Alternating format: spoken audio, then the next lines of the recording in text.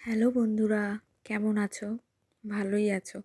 তো আমি নিয়ে এসে গেছি এক নতুন ভিডিও। গরম তো এসে গেছে, আর গরমের তেষ্টা মেটানোর জন্য একটা শরবত। তো দেখেই বুঝতে পারছো এটা কিসের শরবত। হ্যাঁ, বেলের শরবত। তো বেলের শরবত বানানোর জন্য আমি নিয়েছি গোটা বেল, বরফ, বিট নুন, বাতাসা আর জল।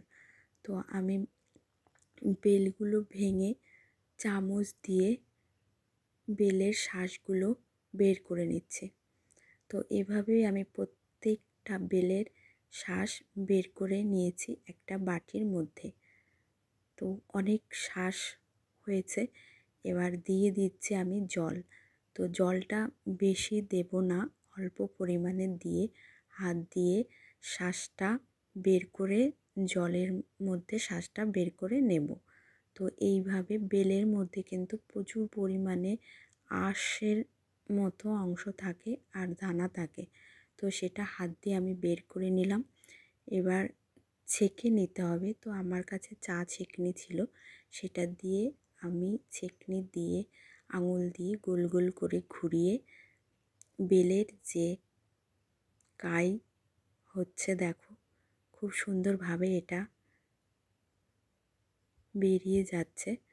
তো অনেকে আছে শরবতটা ছেঁকে না, এমনি খেয়ে নেয়, কিন্তু এইভাবে করলে খেতে দারুণ হয়। তো দেখো, তো এবার আমি বেশি জল দেব না, একটু মোটা টাইপের করব। তো এবার দিয়ে দিচ্ছি বাতাসার গুঁড়ো। তো এটা চিনি দিয়েও করা যায়। দিয়ে দিলাম বিট নুন আর বরফের টুকরো। এবার এগুলো সব একসাথে মিশিয়ে নেব। তো মেশানোটা হয়ে গেছে প্রায়। তো এবার আমি একটা কাচের গ্লাসের মধ্যে ঢেলে নিচ্ছি। এটা কিন্তু খেতে খুবই ভালো হয়েছে।